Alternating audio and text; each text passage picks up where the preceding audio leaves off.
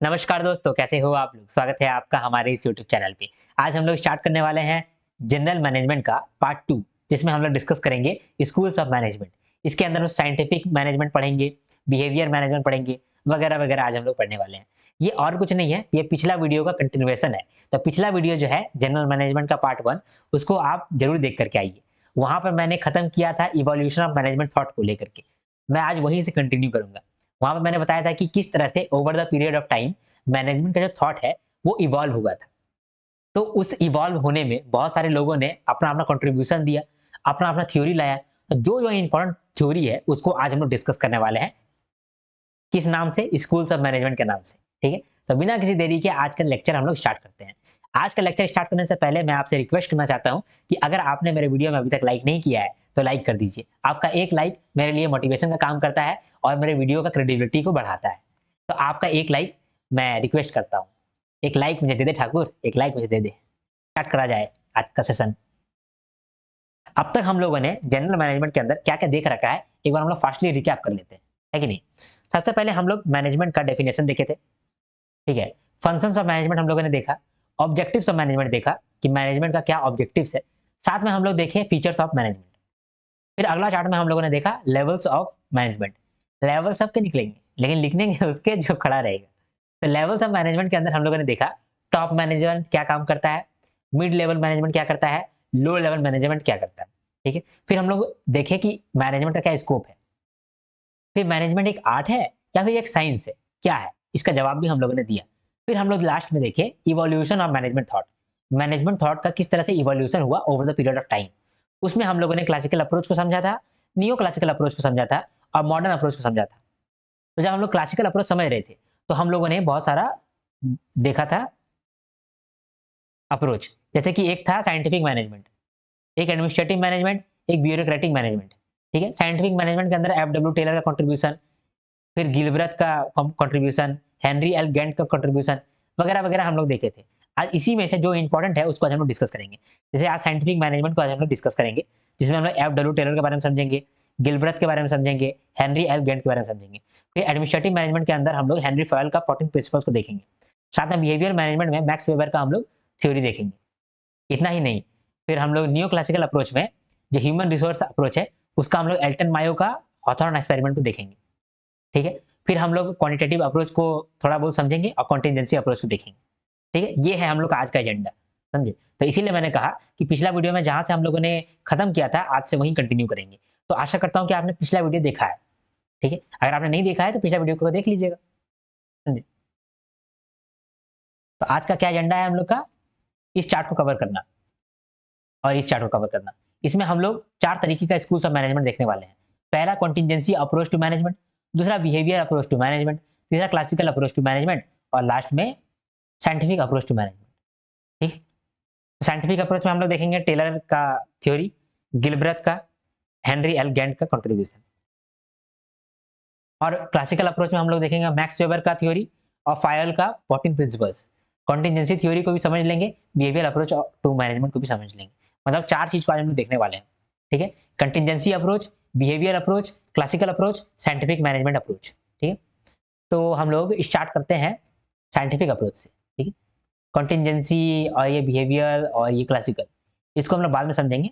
पहले हम लोग समझते हैं ये साइंटिफिक अप्रोच टू मैनेजमेंट। पहले इसको ही क्यों समझेंगे? इसको इसीलिए समझेंगे क्योंकि ऐसे ही मन कर रहा है कि साइंस से शुरुआत करें, समझे? स्टार्ट करते हैं। कहता है scientific approach to management, management को लेकर के साइंटिफिक अप्रोच रखो, ये कह रहा है। बेसिकली ये कहता कौन है ना, ये कहता है टेलर, समझे? टेलर कहता है, टेलर साहब, एफडब्ल्यू टेलर, जिसका नाम है फ्रेडरिक विंस्लो टेलर। ये कहते हैं कि मैनेजमेंट जो है ना, मैनेजमेंट में बुद्धि लगाओ साइंटिफिक, अपना बुद्धि मत लगाओ, हिट एंड ट्रायल मेथड मत लगाओ। जो तुम्हारा एक्सपीरियंस है, कॉमन सेंस है, उसको 1 सेकंड के लिए आंख बंद कर लो। भरोसा करो सिर्फ साइंस पे, क्योंकि साइंस जो है ना वो आपको सही डायरेक्शन देगा, क्योंकि साइंस जो है वो रीजन पे चलता है। साइंस ऑलरेडी कुछ रूल्स बना लिया है, उस रूल्स को तुम फॉलो करो। That would be a good option rather than कि तुम जो मर्जी है वो करो, कॉमन सेंस पे करो। तुम कॉमन सेंस में करोगे कोई काम या फिर हिट एंड ट्रायल मेथड करोगे कुछ काम, तो उस गलती करोगे, गलती करके कुछ सीखोगे। तो जो लोग पहले से ही गलती करके सीख करके एक रूल्स बना दिया है, उस रूल्स पे तुम चलो ना भाई। तुम सबसे बेस्ट रहोगे। तो अगर तुमको मैनेजमेंट करना है तो साइंस को इस्तेमाल करो। ऐसा कहना था एफ.डब्ल्यू. टेलर का, मेरा कहना ऐसा नहीं है, ठीक है। तो टेलर साहब कहते हैं कि देखो साइंटिफिक अप्रोच लाओ मैनेजमेंट में, तब तुम अच्छे से मैनेज कर पाओगे अपने ऑर्गेनाइजेशन को, ठीक है। तो कैसे करेंगे, साइंस कैसे करेंगे? क्या हम लोग न्यूटन का फोटो को प्रणाम करके आएंगे और मैनेजमेंट करेंगे, ऐसा होगा? या फिर हम लोग अपना पर्स में अपना गर्लफ्रेंड का फोटो हटा करके एल्बर्ट आइंस्टाइन का फोटो रख लेंगे, उनको देखेंगे और मैनेजमेंट करेंगे? क्या ऐसा बोल रहा है वो? नहीं, ऐसा नहीं बोल रहा है। क्या बोल रहा है? वो बोल रहा है कि पहले स्टडी करो। इसमें कहता है कि पहले जो भी तुम काम करना चाहते हो उस काम को स्टडी करो, उस काम को स्टडी करके फिर तुम प्लान बनाओ और उस प्लान से तुमको चलना पड़ेगा, ठीक। तो पहली बार ये साइंटिफिक अप्रोच किसने दिया था? एफ.डब्ल्यू. टेलर ने। इसीलिए एफ.डब्ल्यू. टेलर को ही फादर ऑफ साइंटिफिक मैनेजमेंट कहते हैं, ठीक है। ये तो हमको समझ में आ गया कि एफ.डब्ल्यू. टेलर को फादर ऑफ साइंटिफिक मैनेजमेंट कहते हैं, लेकिन अभी तक ये बात समझ में नहीं आया किस तरह से ये साइंस को इस्तेमाल करेंगे ऑर्गेनाइजेशन को मैनेज करने के लिए। तो बोले कि देखो तुम लोग को ज़्यादा समझ में नहीं आता है ना, तो हम टेक्निक देते हैं, ये टेक्निक को इस्तेमाल करो और तुम मैनेज करो। तो ये अपना टेक्निक देते हैं। तो सबसे पहले हम लोग टेक्निक देखते हैं। पहले हम लोग टेक्निक को समझते हैं, तब हम लोग को और क्लैरिटी मिलेगा कि टेलर साहब इतना क्यों फोकस दे रहे हैं साइंटिफिक तरीके पे। तो हम लोग पहले समझते हैं टेक्निक, कि वो क्या टेक्निक के बारे में सोच रहे थे भाई, क्या साइंटिफिक वो तरीका अपनाएंगे जिससे कि मैनेजमेंट अच्छा हो जाएगा। देखते हैं अभी। तो सबसे पहले वो कहें कि तुम वर्क को स्टडी करो, जो काम तुमको करना है ना वो काम को तुम स्टडी करो, ठीक है। तो काम को स्टडी करने में तुम 4 चीज स्टडी करोगे। पहला तुम टाइम को स्टडी करोगे कि उस काम को करने में तुमको आइडियली कितना समय लगता है। फिर तुम मेथड स्टडी करोगे कि जो तुम मेथड से काम कर रहे हो, ठीक है, वो मेथड क्या बेस्ट है या फिर कोई दूसरा मेथड भी है उस काम को करने का। अगर कोई दूसरा मेथड है जो कि कॉस्ट इफेक्टिव है और टाइम एफिशिएंट है, तुम उसी मेथड को अपनाओ, ठीक है। फिर तुम मोशन स्टडी करो, क्या तुम जब काम करते हो तो क्या तुमको बहुत मूव करना पड़ता है? क्या तुमको यहां से वहां जाना पड़ रहा है बार बार काम करने के लिए, फिर वहां से यहां आना पड़ रहा है, यहां से वहां से यहां से वहां से यहां? तो तुमको अगर झूठ मूठ का मोशन करना पड़ रहा है तो तुम क्या करो कि दोनों मशीन को एक जगह में ले आओ और एक ही साथ काम कर लो। तो उससे क्या होगा, तुम्हारा मोशन तुम स्टडी करोगे तो तुम मोशन को कम कर पाओगे। मोशन कम होगा, तुम्हारा एनर्जी बचेगा, तुम्हारा कॉस्ट बचेगा, तुम बेटर काम कर पाओगे। उसके बाद बोले कि तुम फैटिग स्टडी भी करो। तुम देखो कि तुम कितना देर तक काम कर सकता है एफिशिएंटली, फिर तुम थक जाता है। अगर तुम 2 घंटा काम करके 10 मिनट थक जाता है, अगर तुम 2 घंटा काम करके फिर थक जाता है, फिर तुम धीरे-धीरे काम करने लगता है। इससे अच्छा क्या होगा कि 2-2 घंटा तुम काम करो और 1 घंटा चल जाओ तुम कॉफी पीने के लिए, 1 घंटा चल जाओ तुम मूवी देखने के लिए और फिर आओ काम करने के लिए। समझे? तो ये कहते हैं, टेलर साहब कहते हैं कि कोई काम को तुम साइंटिफिक तरीके से तब कर पाओगे जब तुम वर्क स्टडी करोगे। सबसे पहले तुम क्या करो, वर्क को स्टडी करो, ठीक है। डोमिनोज वाला क्या करता है, डोमिनोज वाला सबसे पहले वर्क को स्टडी करता है, समझे। अब ये चारों चीज को स्टडी किया है डोमिनोज वाला, कैसे बताते हैं आप। डोमिनोज वाला सबसे पहले ये देखा कि एक पिज्जा को बनाने में हमको कितना समय लगता है, ठीक है। तो वो ये चेक किया, उसको ये मालूम चला कि जो अगर एफिशिएंट बंदा है ना, वो पिज्जा बनाने के लिए 15 मिनट लगाता है, ठीक है। तो अब ये चीज है ना, स्टडी किया कौन, ये चीज डोमिनोज स्टडी किया कि एक पिज्जा बनाने के लिए हमको 15 मिनट का इस्तेमाल करना पड़ता है। फिर वो किया मेथड स्टडी, वो देखा कि कौन कौन सा मेथड है जिससे कि पिज्जा बन सकता है। तो 5-6 तरीका था जिससे कि पिज्जा बन रहा था। तो वो देखा कि जो सबसे अच्छा तरीका है जिसमें दाम कम लगता है यानी कि कॉस्ट इफेक्टिव है और समय भी कम लगता है यानी कि टाइम एफिशिएंट है, तो दोनों चीज देख करके जो बेस्ट अल्टरनेटिव है, जो बेस्ट मेथड है उसको चुना गया और उसी को लिखा गया कि यही बेस्ट मेथड है। तो बेस्ट मेथड को चुना गया मेथड को स्टडी करके, ठीक है। फिर फैटिग स्टडी किया, वो देखा कि कितना देर के बाद एक एम्प्लॉय खराब तरीके से पिज्जा बनाने लगता है। कुछ समय तक तो बढ़िया से बनाता होगा, फिर खराब बनाने लगता होगा, तो कितना समय तक बेस्ट बना पाता है, उतना समय का ही उसको शिफ्ट रख देते हैं। तो वहां पे फैटिग स्टडी कर लिया, ठीक है, टाइम निकाला कितना टाइम वो कर सकता है। फिर मोशन स्टडी, इसमें डोमिनोज ये देखा कि पिज्जा बनाते समय ना, एक बार हम पिज्जा को मतलब कि सारा उसमें टॉपिंग डालते हैं, फिर अवन में डालते हैं उस पिज्जा को। तो अवन जो है ना वो 1 किलोमीटर दूर है। तो एम्प्लॉय क्या कर रहा है, पहले यहाँ पर सब कुछ टॉपिंग लगा रहा है और जा रहा है फिर अवन में डाल दे रहा है। तो 1 किलोमीटर चल रहा है फिर अवन में डाल रहा है। कभी कभी ऐसा होता है कि अवन में डालने जाता है, फिर यार अरे साला यहाँ तो मशरूम डाले ही नहीं है, तो फटाक से दौड़ के आता है, फिर 1 किलोमीटर दौड़ के आया, फिर उसमें मशरूम डाला, फिर लेके गया, फिर डाला। तो यहाँ पर देखा कि कितना मोशन हो रहा है। तो डोमिनोज समझा कि यार तो गड़बड़ है, हम वर्क को स्टडी कर लिए, इसमें तो गड़बड़ है। वहां पर वो क्या किया, सबसे पहले मोशन स्टडी का काम किया, बोला कि इतना 1 किलोमीटर भाग रहा है, इससे अच्छा कि एक ही जगह में दोनों काम रख देते हैं। एक ही जगह में अवन रख देंगे और एक ही जगह में क्या कर देंगे, पिज्जा बनाने का सारा सामान रख देंगे। इससे क्या होगा कि काम जल्दी हो जाएगा, समय भी बचेगा और एनर्जी भी बचेगा। मोशन स्टडी से ये काम कर पाया, टाइम स्टडी से ये काम कर पाया कि वो देख लिया कि बढ़िया आदमी जो है ना, वो 15 से 20 मिनट में काम कर देता है। तो ये लॉजिक को लगाया और वहाँ रूल बना दिया कि एक पिज्जा 15 मिनट में बन जाना चाहिए। समझे? फिर वो बेस्ट अल्टरनेटिव मेथड देखा और उसको अप्लाई करवा दिया। फैटिग स्टडी किया, उसमें देख लिया कि कितना समय में मेरा जो एम्प्लॉयी वो थक जाता है। उतना समय के बाद वो उसको शिफ्ट चेंज कर दिया। वर्क स्टडी किया साइंटिफिक तरीके से, ठीक है। ये एक टेक्निक हुआ, वर्क को स्टडी किया वो। दूसरा क्या करेगा वो standardise and simplification of work करेगा। क्या करेगा? स्टैंडर्ड सेट करेगा। क्या स्टैंडर्ड सेट करेगा? देखिए, ये जो स्टैंडर्ड सेट करने वाला बात है ना, ये हर ऑर्गेनाइजेशन करता है, ठीक है। जो बड़ा-बड़ा ऑर्गेनाइजेशन है, जैसे केएफसी हो गया, ठीक है, उसके बाद डोमिनोज हो गया, उसके बाद फिर कोका कोला हो गया। ये लोग स्टैंडर्डाइज कर देता है, पूरा काम को सिंप्लीफाई कर देता है। आपने देखा होगा कि अभी शार्क टैंक आया था, शार्क टैंक, समझे?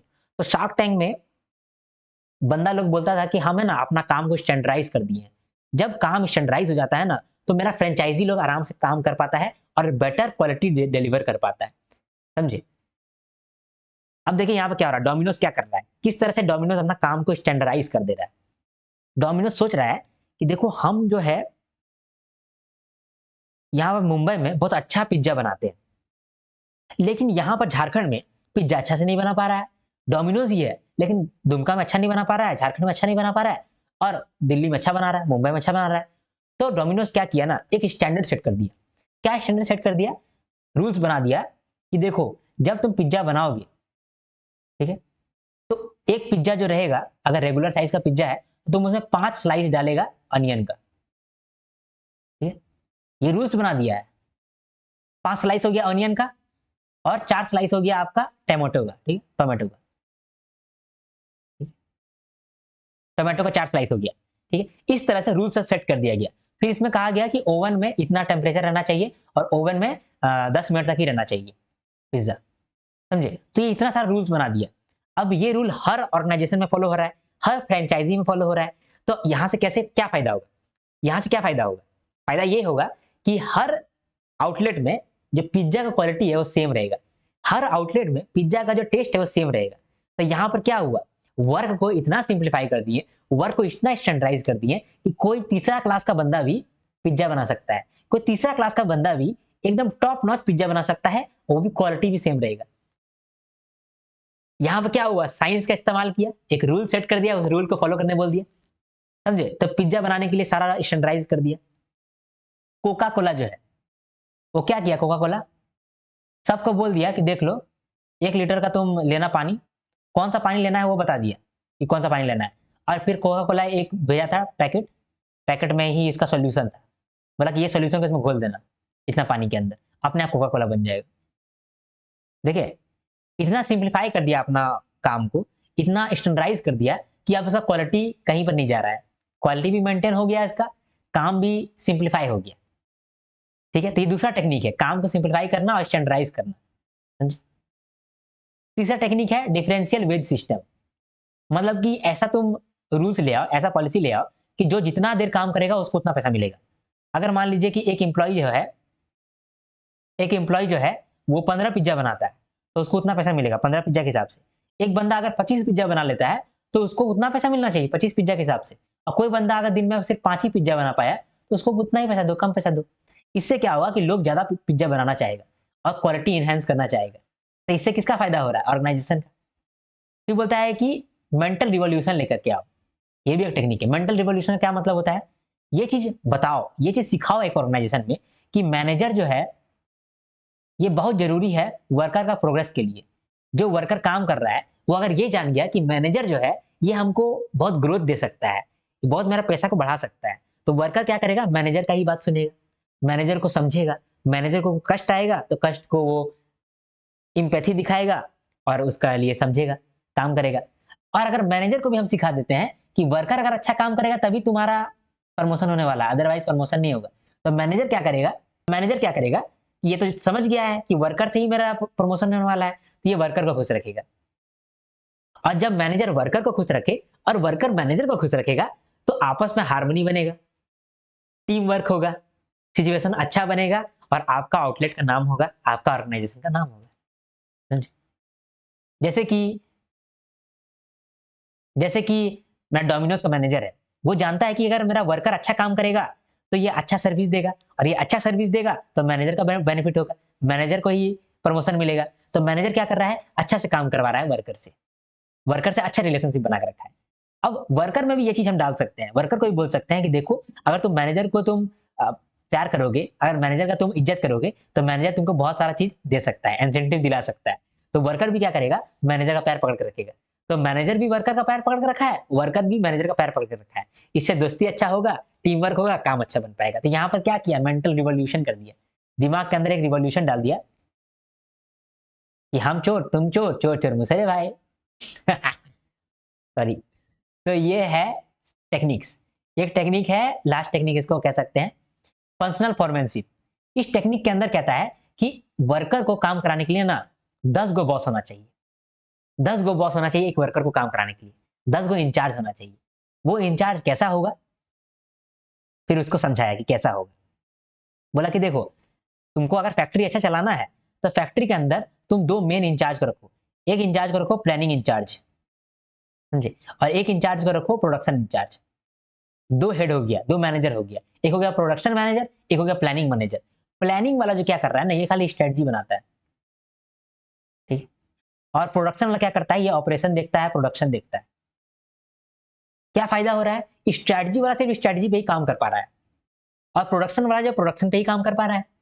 इससे क्या हो गया कि एक आदमी जो पहले स्ट्रेटजी भी बनाता था, काम भी करता था, दोनों करना पड़ता था, तो बढ़िया से नहीं कर पाता था। इसीलिए 2 मैनेजर को रख दिया। एक आदमी को बोला तुम स्ट्रेटजी ही सोचो, इससे ही तुम्हारा बेनिफिट होगा, तुम बेटर स्ट्रेटजी लेकर के आ पाओगे। एक मैनेजर को बोला कि तुम मैनेजिंग ही करो, तुम प्रोडक्शन ही देखो, क्योंकि तुम प्रोडक्शन ही ठीक कर पाता है। तो इन दोनों के अंदर फिर हम लोग और 4 को मैनेजर रखे। प्लानिंग के अंदर हम लोग रखें इंस्ट्रक्शन कार्ड क्लर्क। ये सोच रहा है कि हम वर्कर को क्या इंस्ट्रक्शन देंगे, इसी के बारे में ये बात करता है, इसी के बारे में सोच रहा है, इसी के बारे में स्ट्रेटजी बना रहा है कि किस तरह से हम मशीन 1 से लेकर के मशीन 2 तक काम करवाएंगे, इंस्ट्रक्शन देंगे। ठीक है? ये इंचार्ज क्या कर रहा है? ये सोच रहा है कि मशीन 1 से मशीन 2 में जब काम जाता है, तो किस तरह से इंस्ट्रक्शन देंगे कि काम हो पाए। रूट क्लर्क क्या करता है? ये जो रास्ता ये सोच रहा है ना, उस रास्ता को ये लिखता है। ठीक है? कहीं पर लिखता है, रूट को लिखता है। ठीक है? टाइम एंड कॉस्ट जो है, वो ये दोनों को देख सुन करके कॉस्ट को डिसाइड करता है कि कितना रुपया लगेगा, कितना समय लगेगा। ये सब चीज़ ये आइडेंटिफाई करता है। लास्ट में है डिसिप्लिनैरियन। ये क्या करता है? ये चेक करता है कि जो भी स्ट्रैटेजी बन रहा है, वो फैक्ट्री एक्ट के हिसाब से होना चाहिए, रूल्स के हिसाब से होना चाहिए, एक्ट के हिसाब से होना चाहिए। ये चीज़ को हमेशा ये मेंटेन रखता है, डिसिप्लिन मेंटेन रखता है। किस चीज़ में? प्लानिंग में। अब है production in charge. Production in charge in charge के अंदर बहुत लोग आता है। कौन-कौन आता है? प्रोडक्शन इंचार्ज के अंदर आता है एक गैंग बॉस। जो ये गैंग बॉस है ना, यही काम करता है। जो आपको काम दिख रहा होगा, कोई काम कर रहा है, आदमी लोग कर रहा है, उसको हम लोग कहते हैं गैंग बॉस। एक होता है स्पीड बॉस। ये क्या होता है ना कि ये चेक करते रहता है कि कितना स्पीड में काम हो रहा है। कहीं स्पीड कम तो नहीं हो गया? अगर कम होगा तो स्पीड बढ़वाएगा। एक होता है रिपेयर्स बॉस। ये क्या करता है? रिपेयरिंग को देखता है। जो मशीन वगैरह रखा हुआ है, उसका रिपेयरिंग, मेंटेनेंस, सिक्योरिटी ये सब देखता है। एक होता है इंस्पेक्टर। इंस्पेक्टर क्या करता है? ये क्वालिटी देखता है कि क्वालिटी हो रहा है कि नहीं हो रहा है, मेंटेन। समझे? तो हम लोगों ने देख लिया कि कितना तरीके का मैनेजर होता है जो कि वर्कर पे ध्यान रखता है। सबसे बड़ा है प्लानिंग मैनेजर और प्रोडक्शन मैनेजर। प्लानिंग मैनेजर के अंदर आ गया इंस्ट्रक्शन कार्ड क्लर्क, जो कि इंस्ट्रक्शन को प्लान कर रहा है। दूसरा रूट क्लर्क, इंस्ट्रक्शन को लिख रहा है। टाइम एंड कॉस्ट क्लर्क, जो कि टाइम को कैलकुलेट कर रहा है, कॉस्ट को कैलकुलेट कर रहा है। और डिसिप्लिनरियन, ये चेक कर रहा है कि जो भी हम लोग स्ट्रेटजी बना रहे हैं, वो with in act, with in rules regulation होना चाहिए। प्रोडक्शन इंचार्ज के अंदर 4 आदमी है। एक है गैंग बॉस जो कि काम कर रहा है, स्पीड बॉस जो कि स्पीड को चेक कर रहा है, रिपेयर्स बॉस जो कि रिपेयरेंस एंड मेंटेनेंस देख रहा है, और एक इंस्पेक्टर जो कि क्वालिटी देख रहा है। तो इतना सारा टेक्निक बताया गया साइंटिफिक मैनेजमेंट के अंदर। ठीक है? ये सब कौन दिया है? ये सब टेलर साहब दिया है, इसीलिए इसको पिताजी बना दिया गया साइंटिफिक मैनेजमेंट का। समझे? तो समझ गए आप लोग? तो इसीलिए कहता है कि देखो, जब तुम वर्क स्टडी करोगे, स्टैंडर्डाइजेशन करोगे, मेंटल रिवॉल्यूशन लाओगे, तो तुम क्या किए? एक तरह से साइंटिफिक तरीका बना दिया। और उस साइंटिफिक तरीका जब आपका बन गया, तो उससे क्या होगा कि तुम बेटर तरीके से मैनेज कर पाओगे। यही तो कहना था एफ डब्ल्यू टेलर का, फ्रेडरिक विंस्टन टेलर का। ठीक है, इसको आप कैसे याद कर सकते हो? टेलर साहब कौन होते हैं? टेलर जो कि कपड़ा सिलता है, तो वो साइज के हिसाब से ही कपड़ा सिलता है।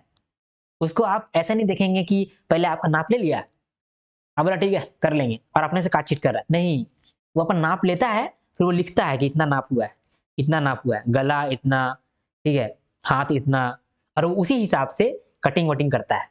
तो जो टेलर क्या करता है, साइंटिफिक तरीका अपनाता है। इसीलिए टेलर को ही हम लोग साइंटिफिक मैनेजमेंट का फादर कहते हैं, पिताजी कहते हैं। ठीक है? साइंटिफिक मैनेजमेंट क्या है? It means applying the standardised method and tools to increase the output, its quality and reduce cost and wastage. समझ में आया आप? ठीक है? प्रिंसिपल देखते हैं साइंटिफिक मैनेजमेंट का। प्रिंसिपल देखते हैं। क्या-क्या सिद्धांत है जिसके ऊपर ये मैनेजमेंट आया है? ठीक है? ये कहता है कि science not rule of thumb. सबसे पहले ये कहता है कि साइंस को अपनाओ, रूल ऑफ थंब को नहीं अपनाओ। यहाँ पर देखिए, एक तो थंब का फोटो दे दिया है और बोलता है रूल ऑफ थंब को नहीं अपनाओ। यहाँ पर ऐसा फोटो रहना चाहिए ना। हाँ, thumb not, thumb not applicable, science is applicable. यहाँ क्या कहता है कि तुम ट्राइड एंड टेस्टेड फॉर्मूला पे अपनाओ, अपना एक्सपीरियंस, अपना कॉमन सेंस पे तुम चीजों को ना अपनाओ। यही कहता है science not rule of thumb. ठीक है? दूसरा होता है harmony and not Discord. Harmony रखो। जब तुम ऑर्गेनाइजेशन में एक हार्मनी रखोगे, मैनेजर को और जो वर्कर है, उन लोगों के बीच में एक हार्मनी होगा, तो क्या होगा? वो लोग टीम वर्क कर पाएगा। जब टीम वर्क कर पाएगा तो ऑर्गेनाइजेशन का प्रॉफिट हाई होगा और ऑर्गेनाइजेशन का बेटर कल्चर बनेगा। तो तुम हार्मनी रखो, मेल मिलाप रखो, प्यार रखो, डिस्कॉर्ड मत रखो, डिसकोऑर्डिनेशन मत रखो, समझे? झगड़ा झंझट मत रखो। उसके बाद है कोऑपरेशन नॉट इंडिविजुअलिज्म। कोऑपरेट करके काम करो, इंडिविजुअलिज्म मत करो। एक आदमी अगर अपने बारे में सोचेगा तो किसी का भी काम नहीं हो पाएगा। अगर कोऑपरेशन होगा तो सबका काम हो पाएगा। इसीलिए कहता है कि कोऑपरेशन रखो, आपस में मिल-जुल करके रहो, तब तुम बेटर काम कर पाओगे, है ना? लास्ट में development of workers to their greatest efficiency and prosperity. इसमें कहता है कि देखो, अगर तुमको काम है कुछ, इसमें कहता है कि देखो, अगर तुमको एक काम है, जिस काम में तुमको स्ट्रेंथ वाला बंदा चाहिए, तो तुम जो है स्ट्रेंथ वाला बंदा कोई हायर करो। और स्ट्रेंथ वाला बंदा को जब तुम हायर कर लिए, तो उसको तुम थोड़ा-सा और ट्रेनिंग दो, ताकि वो बेस्ट काम कर पाए, एफिशिएंट होकर के काम कर पाए, प्रॉस्पेरिटी लेकर के आ पाए। एग्जांपल के लिए कि अभी जो है मुकेश अंबानी का बेटा का शादी हो रहा है, ठीक है? अनंत अंबानी साहब का शादी हो रहा है। तो शादी में अनंत अंबानी साहब को उठाने के लिए कोई चाहिए आदमी लोग, तो वहाँ पर अंबानी साहब ने किसको बुलाया है? जॉन सेना को। तो जॉन सेना क्या कर रहा है, जो कि एक डब्ल्यूडब्ल्यूई फाइटर है, वो क्या कर रहा है कि अनंत भाई को अपना कंधा में उठा रहा है। तो उसी तरह का आदमी को बुलाओ जो तुम्हारा काम कर पाए, ठीक है? कोई दूसरा तो नहीं उठा सकता है, सब तो राम को राम कर देगा। बोलेगा sorry sir, sorry Ambani sir. समझे? तो यहाँ पे किसको लेके आया? जो कि परफेक्ट फिट बैठता था। जॉन सेना आया आगे कि हम उठाएँगे, डोंट वरी। तो वहाँ जो बेस्ट आदमी है, आप उसी को हायर करो और उसी को आप थोड़ा-सा ट्रेनिंग दे करके उसको ज़्यादा एफिशिएंट बनाओ, तब आपका काम अच्छा बन पाएगा। ये है प्रिंसिपल्स ऑफ साइंटिफिक मैनेजमेंट। ये भी समझ लिया हम लोगों ने। अब देखिए साइंटिफिक अप्रोच जो है, ये किसके द्वारा दिया गया था? टेलर के द्वारा दिया गया था, इसीलिए इनको ही फादर बनाया गया, फादर ऑफ साइंटिफिक मैनेजमेंट बनाया गया, ठीक है? लेकिन सारा काम तो टेलर ने ही किया था, कुछ काम हेनरी एल गेंट ने भी किया और कुछ काम गिलब्रेथ ने भी किया था। तो इनके बारे में भी थोड़ा-सा ज्ञान हम लोग को मिल जाना चाहिए। हेनरी एल गेंट जो है, वो और कुछ नहीं है, ये एक एसोसिएट थे टेलर साहब के। तो टेलर साहब के साथ ये काम कर चुके हैं, इनका भी कुछ कंट्रीब्यूशन रहा है, उसको भी एक बार हम लोग देख लेते हैं। हेनरी गेंट ने क्या किया है, इनका 2 कंट्रीब्यूशन है, एक है गैंट चार्ट और दूसरा टास्क एंड बोनस सिस्टम। ये गैंट चार्ट लेकर के आए थे, समझे? गैंट चार्ट को आप देख सकते हैं, क्रोम में जाकर के देख सकते हैं। गैंट चार्ट में इन्होंने क्या बोला था कि इन्होंने एक चार्ट बनाया था, जिस चार्ट में जो वर्कर लोग का काम है, उसको शेड्यूल कर सकते थे हम लोग, समझे? और साथ में वो कितना काम किया है, उसका प्रोग्रेस को भी हम लोग ट्रैक कर सकते थे। 2 काम कर सकते थे। प्रोग्रेस को भी हम लोग ट्रैक कर सकते हैं और शेड्यूल को भी डाल सकते हैं। ये 2 काम था जो कि हेनरी एल गेंट ने किया। इसकी वजह से ये जो गैंट चार्ट है, ये बहुत ज़्यादा फेमस हो गया। समझे? इसीलिए गैंट चार्ट की वजह से हेनरी एल गेंट को मतलब याद किया जाता है। ये इनका कंट्रीब्यूशन है। ठीक। तो ये था हेनरी एल गेंट का कंट्रीब्यूशन। अब गिलब्रेथ का कंट्रीब्यूशन देख लेते हैं। गिलब्रेथ से इसीलिए कहते हैं क्योंकि यहाँ पर 2 गिलब्रेथ हैं। फ्रैंक गिलब्रेथ और लिलियन गिलब्रेथ। ये लोग दोनों ना आपस में हस्बैंड वाइफ थे। तो हस्बैंड वाइफ थे और इन लोगों ने टेलर का एक मेथड को ठीक किया था, रिफाइन किया था। टेलर का एक मेथड था, जब वो लोग वर्क स्टडी कर रहे थे, तो उनका मेथड था क्या? ये टाइम स्टडी, टाइम को स्टडी करो कि एक काम को करने में कितना समय लगता है, मेथड स्टडी कि एक काम का बेस्ट मेथड कौन सा है करने का, और फटीग स्टडी। तो ये 3 स्टडी को गिलब्रेथ साहब लोग ने इसको वापस से रिफाइन किया था और इसको किया था अपग्रेड। तो किस तरह से अपग्रेड किया था टाइम एंड मोशन स्टडीज को? गिलब्रेथ लोग ने कह रहे थे कि पहले जो है जितना भी एक्शन है ना, उस एक्शन को तुम तोड़ दो और हर एक्शन को देखो कि इस एक्शन को बेस्ट तरीके से कैसे किया जा सकता है, इस एक्शन को कैसे बेस्ट तरीके से करा जा सकता है। और जब तुम ये सब जान जाओगे तो फिर इस सबको मिक्स कर देना। इससे प्रोडक्टिव का अलग सीमा बनेगा, अलग स्टैंडर्ड बनेगा। तो जो काम तुम पहले 10 मिनट में कर रहे थे और तुम सोच रहे थे कि 10 मिनट में ही बेस्ट तरीके से हो पाएगा, तुम वही काम को अब 4 मिनट में कर पाओगे बेस्ट तरीके से। ये कहना था गिलब्रेथ लोगों का, मतलब फ्रैंक गिलब्रेथ और लिलियन गिलब्रेथ, दोनों हस्बैंड वाइफ थे। ठीक है, तो यहां पर हम लोगों ने देखा scientific approach to management.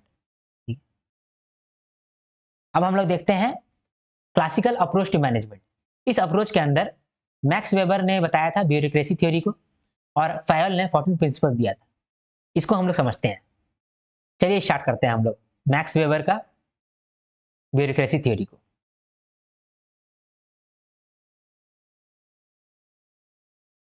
I hope आपको दिख रहा होगा, कट तो नहीं रहा है ना? हाँ दिख रहा है। चलिए, क्या कहता है मैक्स वेबर, जो कि एक जर्मन साइंटिस्ट थे, उन्होंने ब्यूरोक्रेसी के बारे में समझाया, ब्यूरोक्रेसी को डिफाइन किया। क्या कहा कि bureaucracy is a highly structured, formalised and also an impersonal organisation. मतलब ये ब्यूरोक्रेसी को मानते थे और उनका सपोर्ट करते थे, ब्यूरोक्रेसी का सपोर्ट करते थे, और ब्यूरोक्रेसी के बारे में इन्होंने डिफिनेशन भी दिया। लेकिन ब्यूरोक्रेसी हम भी जानते हैं और आप भी जानते हैं कि क्या है। ब्यूरोक्रेसी क्या होता है? एक आईएएस ऑफिसर क्या है? एक ब्यूरोक्रेट है। कैसे? क्योंकि वो रूल्स एंड रेगुलेशन के हिसाब से चलता है, वो एक हायरार्की को मानता है, वो जो भी काम करता है वो रूल्स एंड रेगुलेशन के हिसाब से करता है, फिर उस काम को कहीं ना कहीं रिपोर्ट करता है। ठीक, उसको, वो एक प्रोफेशनल है, उसका जो भी दायित्व है उसको वो पूरा करता है, जो भी ड्यूटीज है, जो भी राइट है उसको एक्सरसाइज करता है। इसी को हम लोग कहते हैं ब्यूरोक्रेसी। ब्यूरोक्रेसी और कुछ नहीं होता है, जो भी रूल्स एंड रेगुलेशन है उसको फॉलो करके आपको काम करना है। इस तरीका को हम लोग ब्यूरोक्रेसी कहते हैं। एक आईएएस ऑफिसर जो कि रूल्स एंड रेगुलेशन के हिसाब से काम करता है। ठीक है, एक आईएएस ऑफिसर को नेपोटिज्म के नाम पे नहीं सिलेक्ट किया जाता है, उसका काबिलियत देख करके उसको सिलेक्ट किया जाता है। तो जब एक आदमी को उसका काबिलियत के हिसाब से जज किया जाए और उस बेसिस पे उसको प्रोफेशनल बनाया जाए, और वो जो प्रोफेशनल बन गया वो रूल्स एंड रेगुलेशन के हिसाब से काम करता है और किसी को रिपोर्ट करता है अपना काम को, तो उसको हम लोग ब्यूरोक्रेसी कहते हैं। इसीलिए यहाँ पर मैक्स वेबर कहते हैं कि ऑर्गेनाइजेशन में अगर ब्यूरोक्रेसी रहा गया तो ऑर्गेनाइजेशन अच्छे से काम कर पाएगा। तो मैक्स वेबर का क्या कहना था कि ऑर्गेनाइजेशन में अगर ब्यूरोक्रेसी रहा तो बेटर तरीके से काम हो पाएगा। ब्यूरोक्रेसी का मतलब कि जो भी ऑर्गेनाइजेशन में आ रहा है वो काबिलियत के हिसाब से आना चाहिए। अब जो काबिलियत के हिसाब से आदमी आ गया है वो काम कैसे करेगा? रूल्स एंड रेगुलेशन के हिसाब से काम करेगा। जब रूल्स एंड रेगुलेशन के हिसाब से काम करेगा तो उस काम को किसी को रिपोर्ट भी करना पड़ेगा, यानी कि अपने से हेड आदमी को बताना पड़ेगा कि देखो सर हम इस तरह से काम किए हैं। ठीक है, उसमें उसको अकाउंटेबिलिटी भी करना पड़ेगा और रिस्पॉन्सिबल भी बनना पड़ेगा। तो यहाँ पर ब्यूरोक्रेसी का मतलब आपने समझ गया। तो फिर मैक्स वेबर ने ब्यूरोक्रेसी को लेकर के बहुत सारा प्रिंसिपल दिया, 6 प्रिंसिपल दिया, उसको भी हम लोग देख लेते हैं। ठीक, तो मैक्स वेबर क्या कहते हैं? पहला, करियर ओरिएंटेशन। मैनेजर को करियर ऑफ प्रोफेशनल होना चाहिए, ना कि ओनर होना चाहिए ऑफ यूनिट्स दे मैनेज। ठीक है, मतलब वो कहते हैं कि देखो अगर प्रोडक्शन डिपार्टमेंट का किसी को हम लोग मैनेजर बनाए हैं तो वो मैनेजर क्या करेगा? प्रोडक्शन डिपार्टमेंट का जो भी रूल्स एंड रेगुलेशन है उसी हिसाब से काम करेगा। मालिक नहीं समझेगा उस प्रोडक्शन डिपार्टमेंट का, वो प्रोडक्शन डिपार्टमेंट का मालिक नहीं बन गया है, उसको रूल्स एंड रेगुलेशन के हिसाब से काम करना है और जो काम करेगा उसके बदले में उसको पैसा लेना है। तो यहाँ पर क्या होगा? मैनेजर, मैनेजर एक करियर प्रोफेशनल है, ओनर नहीं है। ये कहना था ब्यूरोक्रेसी थ्योरी में मैक्स वेबर का। तो पहला उन्होंने करियर ओरिएंटेशन के बारे में बताया, फिर बोला कि फॉर्मल सिलेक्शन। जिस बंदे का भी मैनेजर में सिलेक्शन हो रहा है वो कैसे सिलेक्शन हो रहा है? उसका काबिलियत देख करके, उसका क्वालिफिकेशन देख करके, एवं ही नहीं हो रहा है उसका सिलेक्शन। ठीक है, तो people are selected for job based on technical qualification. ठीक, तो ये था फॉर्मल सिलेक्शन, ये दूसरा प्रिंसिपल है। तीसरा प्रिंसिपल है division of labour. Max weber कहते हैं कि जो भी जॉब है उसको तुम डिवाइड कर दो ताकि एक आदमी को स्पेशलाइज्ड तरीके से काम करने का मौका मिले। अगर वो स्पेशलाइज्ड तरीके से काम करेगा तो बेटर एफिशिएंसी लेकर के आएगा। तो jobs are broken down into simple routine and well defined task. जब वेल डिफाइंड टास्क हो जाएगा तो एक इंसान को मालूम चलेगा कि उसको क्या करना है और उससे क्या एक्सपेक्टेशन है ऑर्गेनाइजेशन का। अगर वो काम नहीं कर पाएगा तो वो अकाउंटेबल रहेगा। समझे? ये काम कैसे होगा? जब स्पेशलाइजेशन काम उसको दिए हैं तो। इसीलिए डिवीजन ऑफ वर्क रहना चाहिए। ठीक, याद करने का मैं ट्रिक दूंगा, डोंट वरी। ठीक, फिर है फॉर्मल रूल्स एंड रेगुलेशन। इसमें क्या होता है कि जो भी रूल्स एंड रेगुलेशन लिखा हुआ है उस रूल्स एंड रेगुलेशन के हिसाब से ही आपको चलना पड़ेगा। ठीक है। फिर है फिर है अथॉरिटी हायरार्की। मतलब जो भी आप काम करते हैं उस काम को कहीं ना कहीं रिपोर्ट करना पड़ेगा। अपने से हायर पोजीशन में जो लोग हैं उसको आपको रिपोर्ट करना पड़ेगा। तो position organised in hierarchy with clear chain of command. ठीक है। जैसे कि मान लीजिए कि कोई प्रोडक्शन मैनेजर है, ठीक है, तो वो अपना हेड को कुछ तो बताएगा ना कि हम किस तरह से काम कर रहे हैं, कितना काम कर रहे हैं। समझे? तो उसको बताना पड़ेगा। जो फंक्शनल मैनेजर है उसको डिपार्टमेंट मैनेजर के पास रिपोर्ट करना पड़ेगा। तो ये क्या है? ये है अथॉरिटी हायरार्की। ये हायरार्की तो बन रहा है ना, चेन ऑफ कमांड है। समझे? तो ये हो गया अथॉरिटी हायरार्की। और लास्ट में है इम्पर्सनैलिटी। इसमें क्या होता है? Uniform application of rules and controls not according to personalities. मतलब ऐसा नहीं है कि अगर आप आपके चाचा विधायक है तो आप पे रूल्स एंड कंट्रोल्स अप्लाई नहीं किया जाएगा। ठीक है, ऐसा नहीं होगा। इसी को बोलते हैं इम्पर्सनैलिटी। ठीक है। इसको आप कैसे याद कर सकते हैं? ये 6 प्रिंसिपल जो मैक्स वेबर के द्वारा दिया गया था, ये आपसे एग्जाम में पूछा जा सकता है। इसको आप याद कर सकते हैं ये सोच करके कि सबसे पहले आप करियर को चुनते हैं तो करियर ओरिएंटेशन, फिर आप करियर में सेलेक्ट होते हैं तो फॉर्मल सिलेक्शन होता है आपका based on your technical qualification. उसके बाद फिर कोई आपको डिपार्टमेंट दिया जाता है तो डिवीजन ऑफ लेबर होता है। उसके बाद फिर आपको रूल्स एंड रेगुलेशन समझाया जाता है।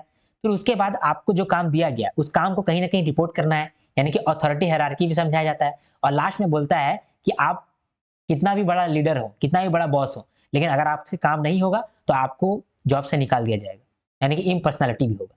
तो ये 6 प्रिंसिपल है जो कि आपको याद रखने हैं। ठीक। मैक्स वेबर का bureaucracy theory. Max weber, web का क्या मतलब होता है? मकड़ी, मतलब मकड़ी का जाली। तो मकड़ी का जाली बना हुआ है, उसको आपको फॉलो करके काम करना है। समझे? तो ये है ब्यूरोक्रेसी। मैक्स वेबर क्या कहते हैं? ये कहते हैं कि organisation must have defined hierarchical structure and clear rules and regulation and line of authority which govern it. ठीक, समझ गए होंगे मुझे ऐसा लगता है। ठीक।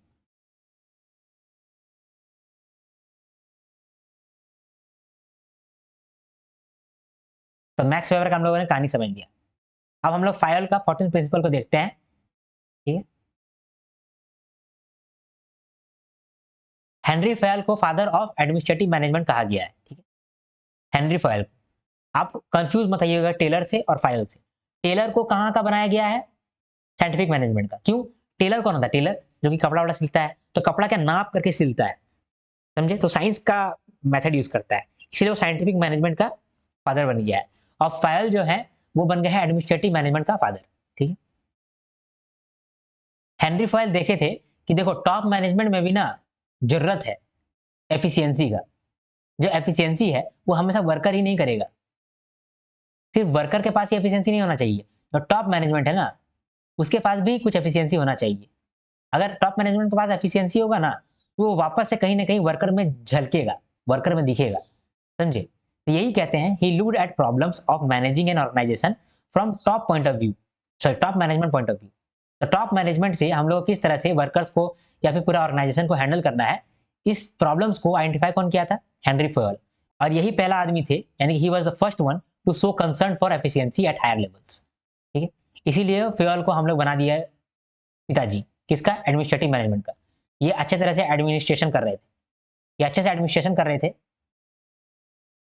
और यही बोल रहे थे कि खाना में तुम लोग क्या बोलते एल्युमिनियम फॉइल लगाओ। तो एल्युमिनियम फॉइल लगाने बोल रहे थे बार बार, इसीलिए इसका नाम रख दिया हम लोग Henry foil. Foil foil Henry foil. ठीक है। तो इन्होंने 14 प्रिंसिपल दिया है, वो 14 प्रिंसिपल को एक बार देख लेते हैं। ठीक है। ये कहते हैं कि डिवीजन ऑफ वर्क होना चाहिए। डिवीजन ऑफ वर्क जब होगा तो लोग स्पेशलाइजेशन के हिसाब से काम करेंगे। ठीक है। अथॉरिटी एंड रिस्पॉन्सिबिलिटी होना चाहिए। ठीक है।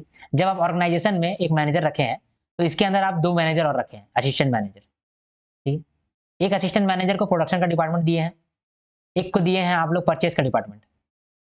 तो यहाँ पर क्या हुआ? अथॉरिटी डिसाइड हो गया। अब ये जो असिस्टेंट मैनेजर है इसको किसको रिपोर्ट करना है? मैनेजर को रिपोर्ट करना है। मैनेजर को बताना पड़ेगा कि अगर मेरा काम नहीं हुआ तो क्यों नहीं हुआ है, अगर मेरा काम अच्छा से हो रहा है तो क्यों हो रहा है, ये चीज बताना पड़ेगा मैनेजर को। तो यहाँ पर क्या हुआ? रिस्पॉन्सिबिलिटी आया, असिस्टेंट मैनेजर को रिस्पॉन्सिबिलिटी मिला। और मैनेजर को अथॉरिटी मिला कि वो सवाल पूछ सकता है।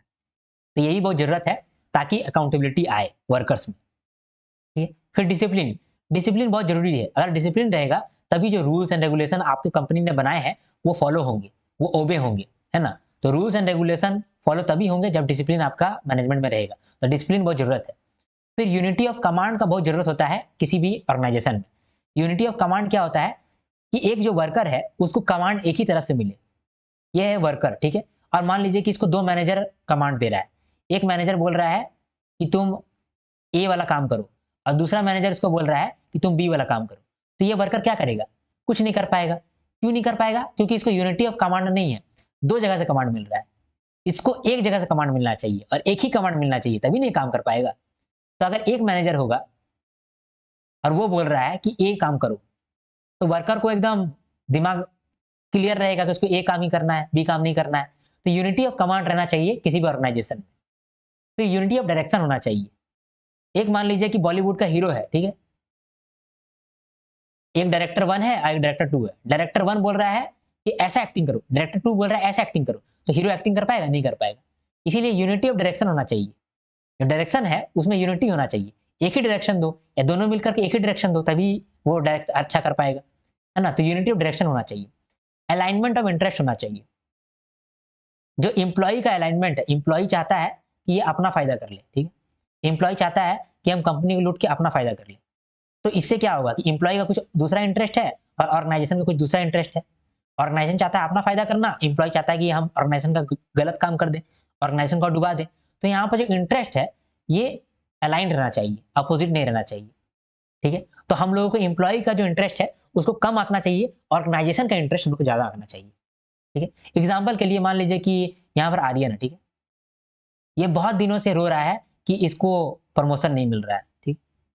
तो आर्यन का इंटरेस्ट है प्रमोशन लेना, ठीक है। लेकिन मेरा ऑर्गेनाइजेशन जो है अभी उसको कैश क्रंच हो गया है, पैसा का बहुत दिक्कत हो गया है, तो ये किसी को प्रमोशन नहीं दे सकता है। तो यहाँ पर ऑर्गेनाइजेशन का इंटरेस्ट अलग है, आर्यन का इंटरेस्ट अलग है, ठीक है। एम्प्लॉय का इंटरेस्ट अलग है। तो यहाँ पर हम लोग ऑर्गेनाइजेशन का इंटरेस्ट के बारे में देखेंगे, आर्यन का इंटरेस्ट के बारे में नहीं देखेंगे। क्यों? क्योंकि यहाँ पर अलाइनमेंट ऑफ इंटरेस्ट नहीं है। ओके। फिर है रिम्यूनरेशन ऑफ एम्प्लॉइज। एम्प्लॉइज को पैसा देना है, फेयर रिम्यूनरेशन देना है, जितना पैसा उसका बनता है उसको देना है। अगर नहीं देंगे तो आपका मैनेजमेंट अच्छा से काम नहीं करेगा। फिर है सेंट्रलाइजेशन। आपने देखा होगा जो डिसीजन लेता है वो सेंट्रल लेवल पे कभी कभी लिया जाता है, कभी कभी डिसेंट्रल लेवल पे। सेंट्रल लेवल पे कैसे? जो मैनेजर है कभी कभी वही डिसीजन लेता है, ठीक है। कभी कभी वही डिसीजन लेता है और ये डिसीजन को फॉलो करता है सारा एम्प्लॉइज, ठीक है। तो ये तो हम समझ गए। कभी कभी क्या होता है कि एम्प्लॉय लोग अपना अपना डिसीजन खुद लेता है, मैनेजर डिसीजन नहीं लेता है। तो यहाँ पर क्या हुआ? यहाँ पर डिसेंट्रलाइजेशन हो गया डिसीजन मेकिंग का। तो इसका हम लोग को बैलेंस बनाकर चलना पड़ता है। मैनेजर को जो चीज का डिस्कशन लेना है, मैनेजर को जो चीज का डिसीजन लेना है उसको मैनेजर लेना चाहिए, और कुछ कुछ डिसीजन एम्प्लॉय के हाथ में भी छोड़ना चाहिए। तो बैलेंस बनाकर रखना चाहिए। इसी को कहते हैं सेंट्रलाइजेशन। सेंट्रलाइजेशन करो लेकिन ज्यादा नहीं। स्केलर चेन, यहाँ पर चेन ऑफ कमांड रहना चाहिए। ऐसा होना चाहिए कि जो सीईओ है या फिर जो टॉप लेवल मैनेजमेंट है वो मिड लेवल मैनेजमेंट से बात करे, और मिड लेवल मैनेजमेंट बात करे आपका लो लेवल मैनेजर के साथ, ठीक है।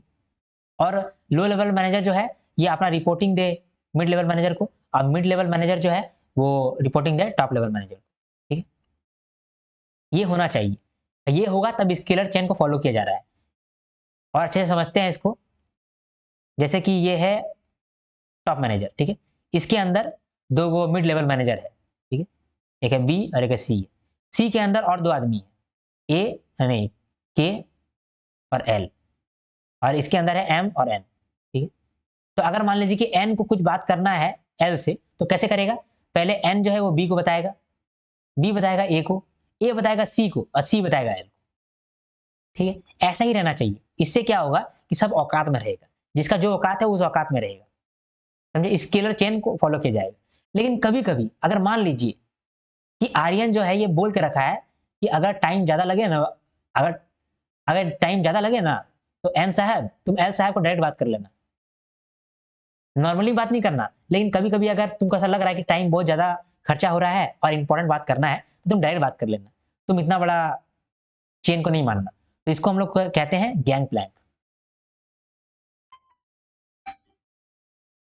बोलता है कम्युनिकेशन तो ऐसे होता है ना, पहले ऊपर गया, फिर ऊपर गया, फिर वहां से नीचे हुआ, फिर वहां से नीचे हुआ, ऐसे कम्युनिकेशन होता है ना, कि अगर मान लो कि अगर, लेकिन अगर टाइम नहीं है और तुमको बात करना है तो तुम डायरेक्ट बात कर सकते हो यहाँ से आप।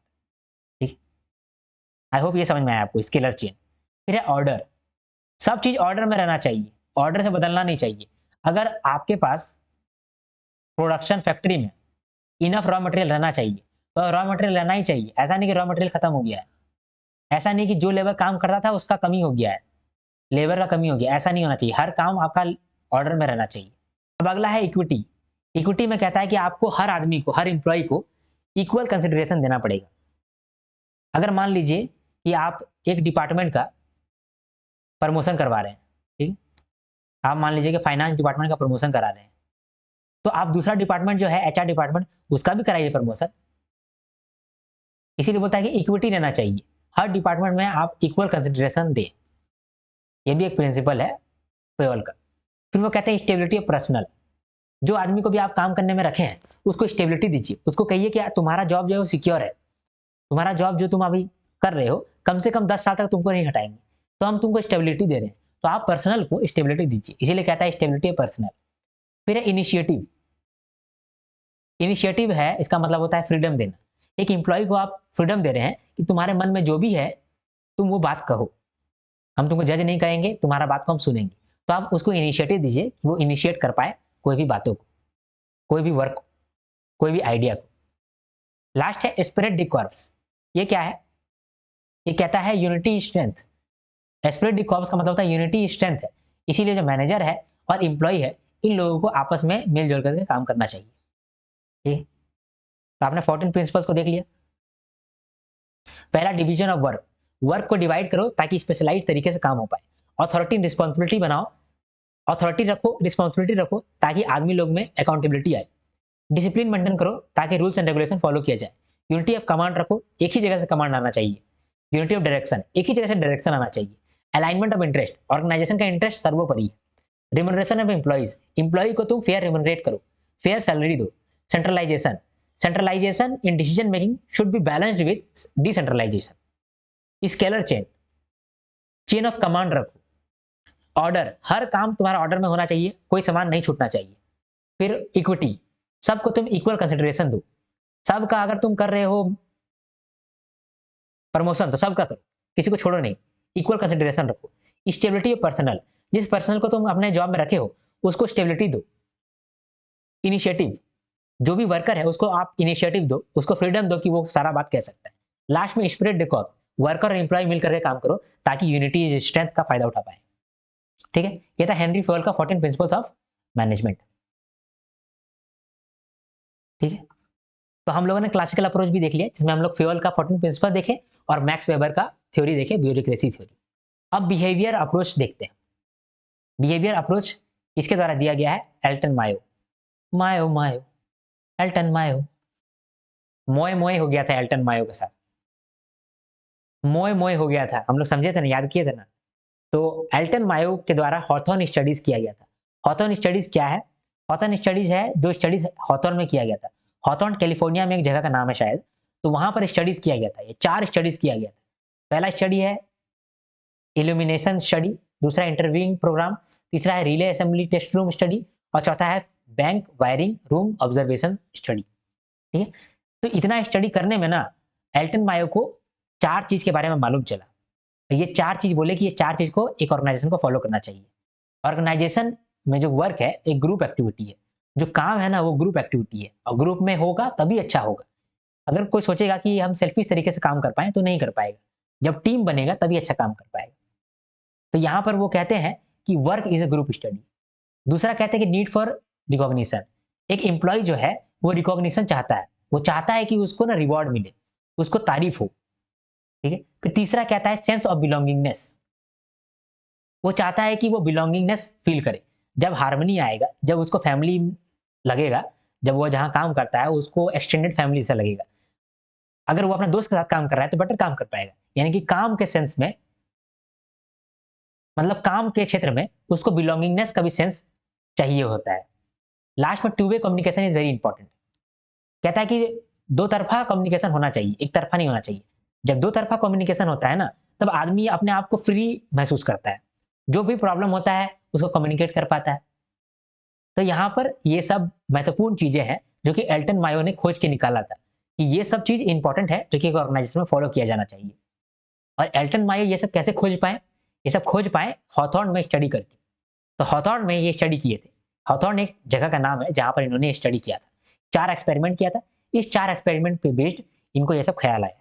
ये 4 चीज करना चाहिए। वर्क एक ग्रुप एक्टिविटी है, रिकॉग्निशन का जरूरत पड़ता है, सेंस ऑफ बिलोंगिंगनेस का जरूरत पड़ता है, टू वे कम्युनिकेशन बहुत जरूरी है। ठीक है, तो इन्होंने 4 एक्सपेरिमेंट किया। चारों एक्सपेरिमेंट को एक एक बार हम लोग समझ लें तो अच्छा रहेगा। जरूरी तो नहीं है लेकिन मैं आपको समझाना चाहता हूँ। पहला था एलिमिनेशन स्टडी। ठीक है, पहला था एलिमिनेशन स्टडी। इस स्टडी में क्या हुआ था ना कि ये जो है एल्टन मायो ये देख रहे थे कि लोग काम कर रहे हैं, तो उसमें क्या किया कि लोग को टॉर्च मारने लगा। जब टॉर्च मार के देखा ना, जिस पे भी टॉर्च जाता था ना वो ज्यादा काम करने लगता था, जिस पे भी टॉर्च जाता था वो ज्यादा काम करने लगता था। तो एल्टन मायो को ऐसा लगा कि जब लाइट बढ़ाते हैं ना तब आदमी का प्रोडक्टिविटी भी बढ़ जाता है, और जब लाइट घटाते हैं तो प्रोडक्टिविटी कम हो जाता है। मेरा भी यहाँ लाइट आया है अभी, लेकिन मेरा प्रोडक्टिविटी तो गिर गया है। ठीक है, तो पहला था इल्यूमिनेशन स्टडी। इल्यूमिनेट कर दिए यानी कि लाइट बढ़ा दिए, तो ये मालूम चला कि जब लाइट बढ़ा देते हैं तो आदमी लोग ज्यादा काम कर रहा है। आदमी लोग सोचता है कि यार कोई देख रहा है, कोई देख रहा है, चलो काम करने लगते हैं, कोई देख रहा है, कोई देख रहा है। तो ये चीज स्टडी की है। पहला स्टडी का नाम था इल्यूमिनेशन स्टडी। ठीक, दूसरा था इंटरव्यूइंग प्रोग्राम। इसमें 21,000 एम्प्लॉय का मास इंटरव्यू हुआ। 3 सालों में 21,000 एम्प्लॉयज का मास इंटरव्यू हुआ और हर लोगों से पूछा गया कि आप लोग के हिसाब से क्या चीज होना चाहिए ताकि काम अच्छा से हो पाए। तो सबको यही बोला, मेजॉरिटी ये बोला कि देखो अगर हम लोग को फ्रीडम दिया जाएगा टू वे कम्युनिकेशन करने का तब हम लोग बेटर काम कर पाएंगे। ठीक, तो ये था इंटरव्यूइंग प्रोग्राम। ठीक, फिर अगला है relay assembly test room study.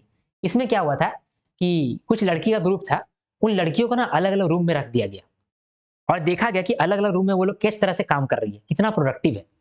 तो जिस रूम में ज्यादा फ्रीडम दिया गया था अपना टीम चुनने का, अपने तरीके से काम करने का, वो टीम ज्यादा प्रोडक्टिव हो पाया। वो वाला रूम में जो लड़की लोग थी वो ज्यादा अच्छा से काम कर पाई रादर देन दूसरा लड़की का ग्रुप। तो ये एक टेस्ट रूम स्टडी था। अलग अलग रूम में किस तरह से लड़की लोग काम कर पाई, कितना प्रोडक्टिव हो पाई। तो उसी रूम में प्रोडक्टिव हो पाई जहां पर उसको फ्रीडम दिया गया था, टीम बनाने का पूरा उसको फ्रीडम दिया गया था। फिर लास्ट है bank wiring room observation study. ये थोड़ा सा कॉम्प्लिकेटेड है। इसमें क्या हुआ था मैं बताता हूँ आपको। इसमें कहा गया था एक रूम में 10 आदमी को रख दिया। ठीक है, 10 आदमी को रख दिया। इन 10 आदमी में से ना 5 आदमी जो था बहुत इंटेलिजेंट था। ठीक है, और 5 आदमी जो था वो बोका था, वो इंटेलिजेंट नहीं था, उसको बस कामचोर था। समझे? फिर 10 आदमी को एक ग्रुप बना दिया, एक रूम में बंद कर दिया, बोला कि तुम लोग अगर कुछ टारगेट को जल्दी कंप्लीट कर लोगे तो सबको मिलेगा इंसेंटिव, अदरवाइज किसी को भी इंसेंटिव नहीं मिलेगा। तो ये जो 5 इंटेलिजेंट आदमी था ना, ये लोग अकेले ही ये काम कर सकता था तुरंत। समझे? तो आदमी लोग को लगा कि यार ये 5 इंटेलिजेंट आदमी अकेले ही काम कर सकता है, तो सोचिए ये 5 बोका को भी इंटेलिजेंट बना देगा। ये जो बचा हुआ 5 बोका है इसको भी इंटेलिजेंट नहीं बना देगा ये जो 5 लड़का है। सबको ऐसा सोचा, लेकिन एक्चुअल में जानते क्या हुआ? एक्चुअल में काम कोई करे ही नहीं। जो टारगेट था वो कंप्लीट नहीं किया। बोका लोग तो ऐसे भी नहीं करने वाला था, जो इंटेलिजेंट बंदा था ना वो लोग भी नहीं किया। ये सोच करके कि अगर काम कर ही लेंगे तो सभी को तो बेनिफिट मिल जाएगा, तो इंटेलिजेंट आदमी क्यों करेगा काम? तो इसीलिए पांचों इंटेलिजेंट काम नहीं किया। इससे क्या हुआ कि किसी को भी नहीं मिला रिवॉर्ड और काम पूरा ही नहीं हुआ।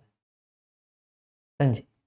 तो ये चीज हुआ bank wiring room observation study में। ठीक, तो ये चारों हॉथॉर्न एक्सपेरिमेंट मैंने आपको बता दिया, याद करने की कोई जरूरत नहीं है। एल्टन मायो के द्वारा दिया गया था बिहेवियर अप्रोच, ये चीज याद रखिए सिर्फ। ठीक है, और एल्टन मायो ये 4 स्टडी किए थे जिसका नाम आप याद कर लीजिएगा। ठीक, बस इतना ही है। इसके बाद आखिरी में हम लोग देखेंगे contingency approach to management. Contingency approach ये कहता है कि मैनेजमेंट में कोई भी रूल्स एंड रेगुलेशन नहीं है। सिचुएशन के हिसाब से तुम्हारा रूल्स बदलते जाएगा, सिचुएशन के आधार पे तुम्हारा धर्म बदलते जाएगा। कोई भी धर्म फिक्स नहीं है, तो कोई भी रूल्स कोई भी रेगुलेशन फिक्स नहीं है। जो बेस्ट तरीका है वो सिचुएशन टू सिचुएशन बदलते रहता है। तुमको भी सिचुएशन टू सिचुएशन बदलते रहना पड़ेगा। ये कहना था कंटिजेंसी अप्रोच का। सिंपल है। तो देख लिया हम लोगों ने चारों schools of management, contingency approach, behaviour approach, classical approach और साइंटिफिक मैनेजमेंट अप्रोच। ठीक, इसको हम लोग समराइज करते हैं। तो चलिए दोस्तों, अब हम लोग करते हैं समराइजेशन। समराइज हम लोग चालू करेंगे साइंटिफिक अप्रोच से। हम लोग यहाँ पर 4 अप्रोच को समझेंगे। साइंटिफिक अप्रोच को समझेंगे, क्लासिकल अप्रोच को देखेंगे, बिहेवियर अप्रोच को देखेंगे और कंटिजेंसी अप्रोच को देखेंगे। स्टार्ट हम लोग करते हैं लेकिन साइंटिफिक अप्रोच से। साइंटिफिक अप्रोच का कहना था कि जब तुम साइंस का इस्तेमाल करोगे तब तुम ऑर्गेनाइजेशन को अच्छे तरीके से मैनेज कर पाओगे। ये जो साइंटिफिक अप्रोच है ये दिया गया था एफ.डब्ल्यू. टेलर के द्वारा, जिनका पूरा नाम था फ्रेडरिक विंस्लो टेलर। इनके द्वारा ही सबसे पहले बार दिया गया था साइंटिफिक अप्रोच टू मैनेजमेंट। और ये जो अप्रोच है ये बहुत ही ज्यादा यूजफुल अप्रोच है। अब तक इसका इस्तेमाल किया जाता है।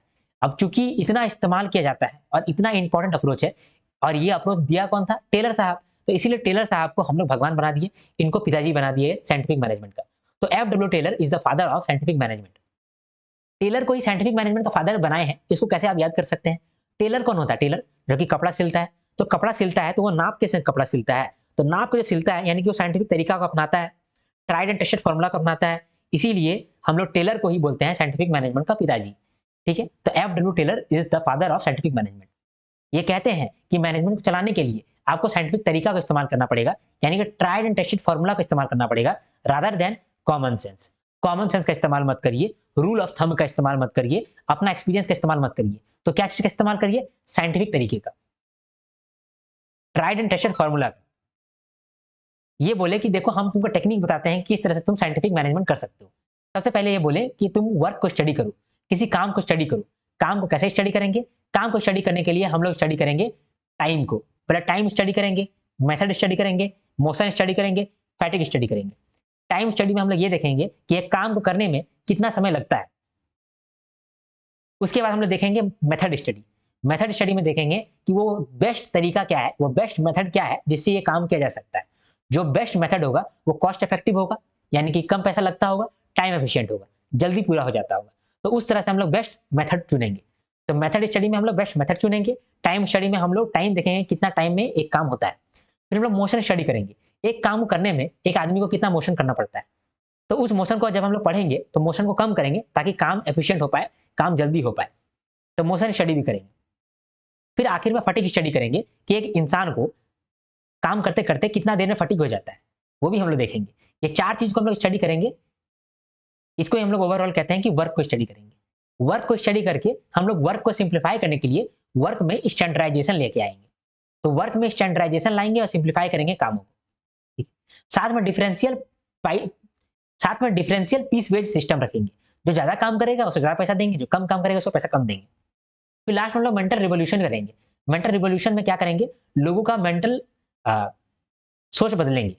उसमें हम लोग सिखाएंगे कि एक मैनेजर जो है वो वर्कर पर डिपेंड है अपना प्रमोशन पाने के लिए, एक वर्कर जो है वो मैनेजमेंट पे डिपेंडेंट है अपना बोनस पाने के लिए। इसमें हम लोग क्या किए? वर्कर को और मैनेजर को आपस में हार्मनी बनाने के लिए ट्रिक कर दिए, फंसा दिए। तो यहाँ पर एक मेंटल रिवोल्यूशन भी आता है। साथ में एक और टेक्निक है फंक्शनल फॉर्मेंसिक। इसमें क्या होता है? इसके आधार पर कहा जाता है कि एक फैक्ट्री को मैनेज करने के लिए आपको वर्कर के ऊपर 10 बॉस लगाना चाहिए, 10 मैनेजर को लगाना चाहिए।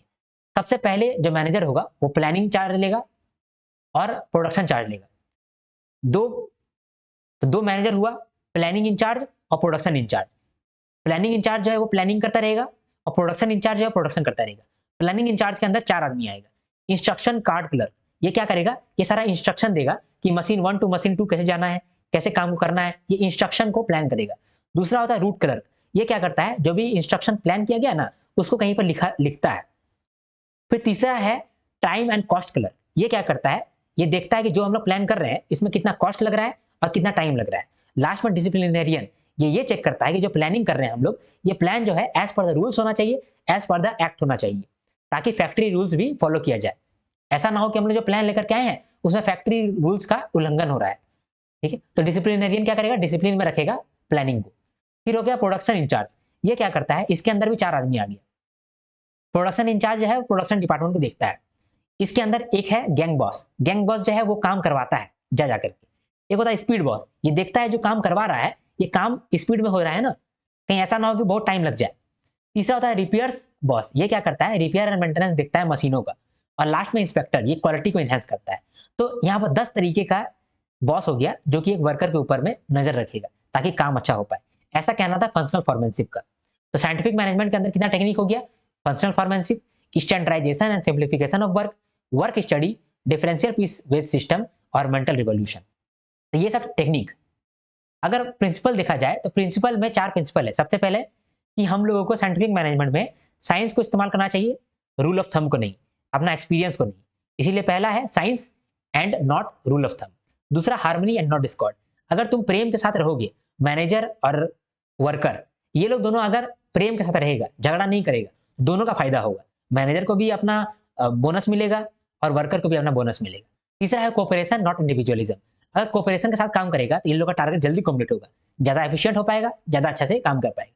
लास्ट में development of workers to their greatest efficiency and prosperity. इसमें कहता है कि तुम उसी आदमी को चुनो जो आदमी काम के लिए फिट बैठता है। तो राइट काम के लिए राइट आदमी को चुनो और उसको थोड़ा सा तुम ट्रेनिंग दो ताकि वो ग्रेटर एफिशिएंसी के साथ काम कर पाए। तो इतना सब जो कहना था, ये सब कहना था F.W. टेलर का। उसके बाद हेनरी एल गेंट आए। ये जो थे ये भी एक टेलर का एसोसिएट थे, F.W. टेलर के साथ ही काम करते थे। इनका भी एक कंट्रीब्यूशन है जो कि इतिहास में लिखा हुआ है, इसीलिए हेनरी एल गेंट का भी कुछ कंट्रीब्यूशन है साइंटिफिक मैनेजमेंट को लेकर के। उसको एक बार देख लेते हैं। इन्होंने गैंट चार्ट दिया था। गैंट चार्ट क्या करता है? ये बहुत ही यूजफुल चार्ट है। इसमें शेड्यूलिंग कर पाते हैं, कौन आदमी कहाँ पर काम करेगा, कब काम करेगा, इसका शेड्यूल बना सकते हैं। दूसरा, ये शेड्यूल को हम लोग चेक भी कर सकते हैं कि कितना काम हुआ है, यानी कि वर्क प्रोग्रेस को भी हम लोग नाप सकते हैं। तो हेनरी गैल्ट का ये 2 कंट्रीब्यूशन था जिसमें उन्होंने गैंट चार्ट दिया और दूसरा टास्क एंड बोनस सिस्टम दिया। इसके बाद गिलब्रेथ आए। गिलब्रेथ में 2 गिलब्रेथ थे, एक फ्रैंक गिलब्रेथ और दूसरा लिलियन गिलब्रेथ। ये लोग दोनों हस्बैंड वाइफ थे और इन्होंने टेलर का एक मेथड था जिसको रिफाइन किया, जिसको अपग्रेड किया। तो टेलर ने दिया था टाइम स्टडीज और मोशन स्टडीज, इसको इन्होंने थोड़ा सा अपग्रेड किया। ठीक, इसीलिए गिलब्रेथ का भी नाम आता है इवोल्यूशन में, मैनेजमेंट थॉट का इवोल्यूशन में या फिर साइंटिफिक थॉट में इनका भी नाम आता है। ठीक है, ये तो हम लोगों ने देखा scientific theory, scientific approach to theory. अब हम लोग देखते हैं क्लासिकल अप्रोच टू मैनेजमेंट। इसमें हेनरी फोयल थे जिन्होंने 14 प्रिंसिपल दिया और मैक्स वेबर थे जिन्होंने ब्यूरोक्रेसी थ्योरी दिया। तो मैक्स वेबर ने जो ब्यूरोक्रेसी थ्योरी दिया, सबसे पहले इन्होंने बताया कि ब्यूरोक्रेसी क्या होता है और बोले कि ब्यूरोक्रेसी के हिसाब से ही ऑर्गेनाइजेशन को मैनेज किया जाना चाहिए। पहले मैक्स वेबर ने कहा कि ब्यूरोक्रेसी क्या होता है? ब्यूरोक्रेसी वो चीज होता है जिसमें आप जो एम्प्लॉय है उन लोगों को उठा करके लाते हो based on their competency, based on their qualification, और वो लोग जो रहते हैं वो लोग काम करते हैं रूल्स को लेकर के, रूल्स और रेगुलेशन के हिसाब से, और उनको पैसा दिया जाता है। कोई भी यहाँ पर पार्शियलिटी नहीं होता है और फेवरिज्म नहीं होता है। ठीक है, तो ब्यूरोक्रेसी तो हम भी जानते हैं, आप भी जानते हैं कि क्या होता है। एक आईएएस ऑफिसर क्या होता है? ब्यूरोक्रेट होता है। कैसे? उसको कहीं ना कहीं आप कॉम्पिटेंसी के आधार पर चुने हैं, प्रोफेशनल क्वालिफिकेशन देख के चुने हैं, उसका फॉर्मल सिलेक्शन हुआ है। ठीक है, फिर वो जो भी काम करेगा उसको कहीं ना कहीं रिपोर्ट करना पड़ेगा। साथ में उसका कोई भी नेपोटिज्म नहीं है। अगर वो गलत काम करेगा तो उसको सजा मिलेगा, अच्छा काम करेगा तो उसको सजा नहीं मिलेगा, है ना। तो इसी को कहते हैं ब्यूरोक्रेसी। तो मैक्स वेबर कहते थे कि organisation must have defined hierarchical structure and clear rules and regulation and the line of authority which govern it. इन्होंने 6 प्रिंसिपल दिया था, उस 6 प्रिंसिपल को एक बार देख लेते हैं। ठीक है, पहला इन्होंने कहा था करियर ओरिएंटेशन। जो मैनेजर है वो करियर प्रोफेशनल है। ठीक है, वो कहीं का भी मालिक नहीं है। अगर एक प्रोडक्शन मैनेजर बना है, प्रोडक्शन मैनेजर, तो प्रोडक्शन डिपार्टमेंट का वो मालिक नहीं है, वो सिर्फ काम करने के लिए बना है। तो वो करियर प्रोफेशनल है, स्मॉल यूनिट का मालिक नहीं है। तो ये था करियर ओरिएंटेशन। दूसरा था फॉर्मल सिलेक्शन। जो भी सेलेक्ट होता है काम के लिए वो क्वालिफिकेशन के हिसाब से सेलेक्ट होता है, नेपोटिज्म या फिर फेवर के तरीके से वो सेलेक्ट नहीं होता है। ठीक है, फिर है डिवीजन ऑफ लेबर। ऑर्गेनाइजेशन में लेबर का डिवीजन होना चाहिए ताकि स्पेशलाइजेशन का फायदा उठाया जाए। फिर फॉर्मल रूल्स एंड रेगुलेशन होना चाहिए, साथ में अथॉरिटी हायरार्की होना चाहिए, चेन ऑफ कमांड होना चाहिए। एक आदमी जो काम कर रहा है उसको कहीं ना कहीं रिपोर्ट करना हो। इसी से अथॉरिटी और रिस्पॉन्सिबिलिटी का रिलेशनशिप मेंटेन होगा, अकाउंटेबिलिटी अराइज होगा। साथ में इम्पर्सनैलिटी आएगा। आप किसी के भी बेटे हो, आपको सजा मिलेगा अगर आपने गलत काम किया है। ये किस प्रिंसिपल में कहा गया है? इम्पर्सनैलिटी में कहा गया है। ठीक है, तो ये था मैक्स वेबर का कहना, मैक्स वेबर का थ्योरी। फिर हेनरी फेयल आए, इन्होंने कुछ थ्योरी दिया। अब हेनरी फेयल को ना एडमिनिस्ट्रेटिव मैनेजमेंट का फादर कहा जाता है। इन्होंने ही सबसे पहली बार देखा था कि top management point of view से कि क्या क्या प्रॉब्लम अराइज होता है ऑर्गेनाइजेशन में और उसको किस तरह से ठीक करना है। इसीलिए इनका कंट्रीब्यूशन सबसे अधिक माना जाता है। ठीक है, इन्होंने 14 प्रिंसिपल दिया था। सबसे पहले ये कहे थे कि डिवीजन ऑफ लेबर होना चाहिए, काम का डिवीजन होना चाहिए जिससे कि स्पेशलाइजेशन होगा और काम प्रोडक्टिव हो पाएगा।